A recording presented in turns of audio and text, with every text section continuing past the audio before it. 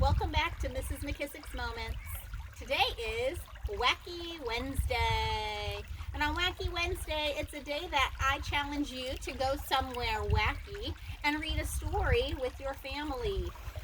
Today I'm coming to you from my woods, and I've decided to climb out over top of my creek because it is a beautiful day. As you can see, I am outside without a coat on. It is so warm. And I brought with me my friend Raven. We'll see how long that lasts. She likes to sit on my lap and put her claws into my legs. So we'll see how long she can sit here with me. All right, let's get our story today. This is called Click Clack Moo, Cows That Type. It's by Doreen Cronin with pictures by Betsy Lewin. And I have been given permission to read this book to you from Scholastic.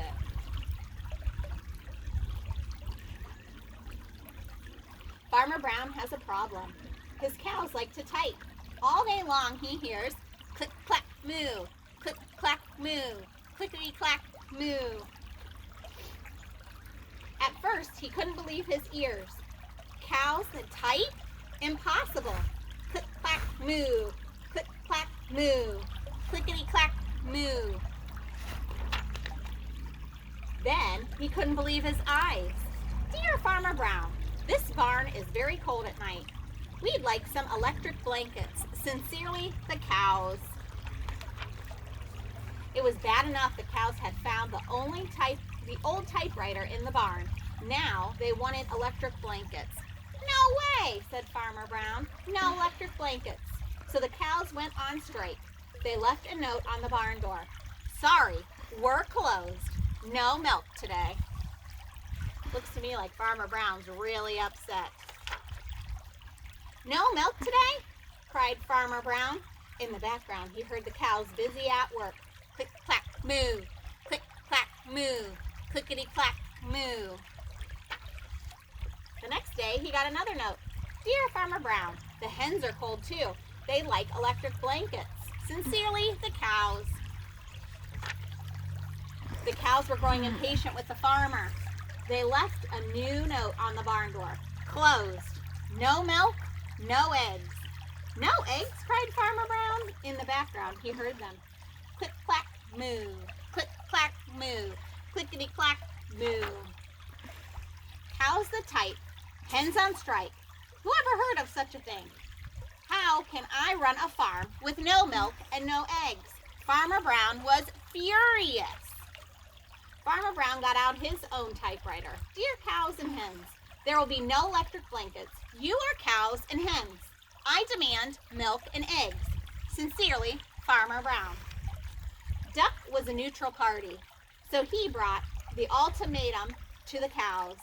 There he is, walking up the path.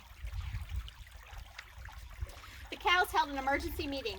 All the animals gathered around the barn to snoop, but none of them could understand moo. All night long, Farmer Brown waited for an answer. Duck knocked on the door early the next morning. He handed Farmer Brown a note.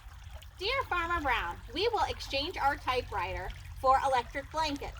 Leave them outside the barn door, and we will send Duck over with the typewriter. Sincerely, the cows. Farmer Brown decided this was a good deal. He left the blankets next to the barn door and waited for Duck to come with the typewriter. The next morning, he got a note. Dear Farmer Brown, the pond is quite boring. We'd like a diving board. Sincerely, the ducks. Click, clack, quack. Click, clack, quack. Clickety, clack, quack. And there the duck goes, splashing into the pond with the diving board. I hope you liked my wacky story. Now we're going to read our chapter 4 in The Secret at the Polk Street School with Don Bosco.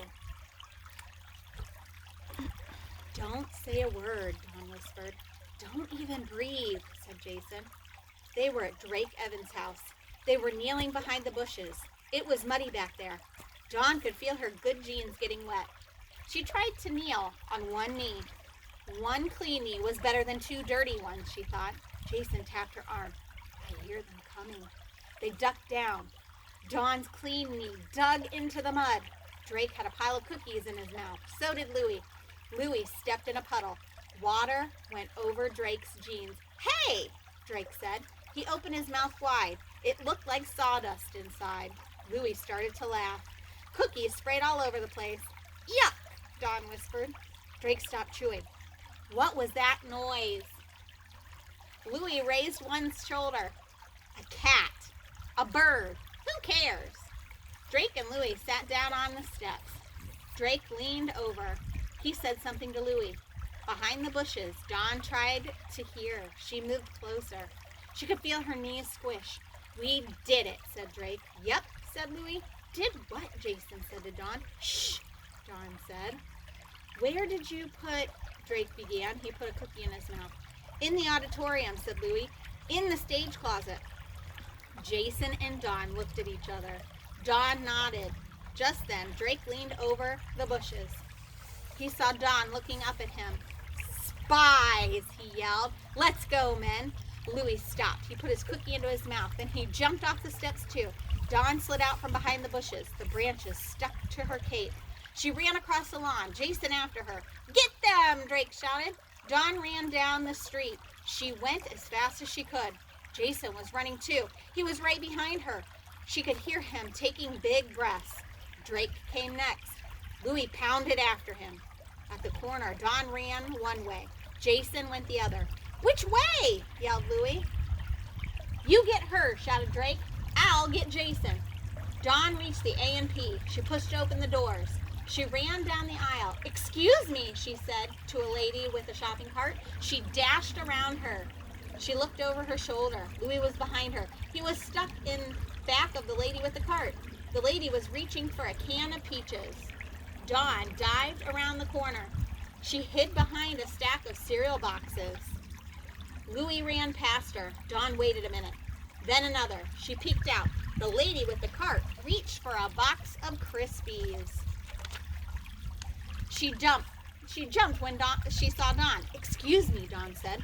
She looked around the lady. Louie was gone. Dawn tiptoed down the aisle. She passed the frozen foods. She stopped to see if they had an orange ice. It was her favorite. There were a zillion boxes in the freezer. Too bad she didn't have any money. She looked out the window. Sherry Dent's mother was talking with Mrs. Arrow outside. No one else was around. She went outside. She hoped Jason was all right. She wondered where he went. For a minute, she stood there. There was something she had to do. She had to go back to school. Too bad it was getting dark. The street lights were on. It was almost supper time. She was a detective. She didn't even cry. Okay, now we're up to chapter 5. That will be tomorrow for Thoughtful Thursday. Make sure you get out today and read somewhere wacky and enjoy the sunshine. If you're not allowed to really go out far, at least get into your front yard or backyard and take some time to soak in some sun. It'll make you feel better. I know it surely did me. All right, from my friend Raven, who's off, and I don't know if you can see behind me, but we have another kitty that is named Midnight behind me. From all of us at the McKissick Farm, we will see you tomorrow for Thoughtful Thursday. Bye, guys!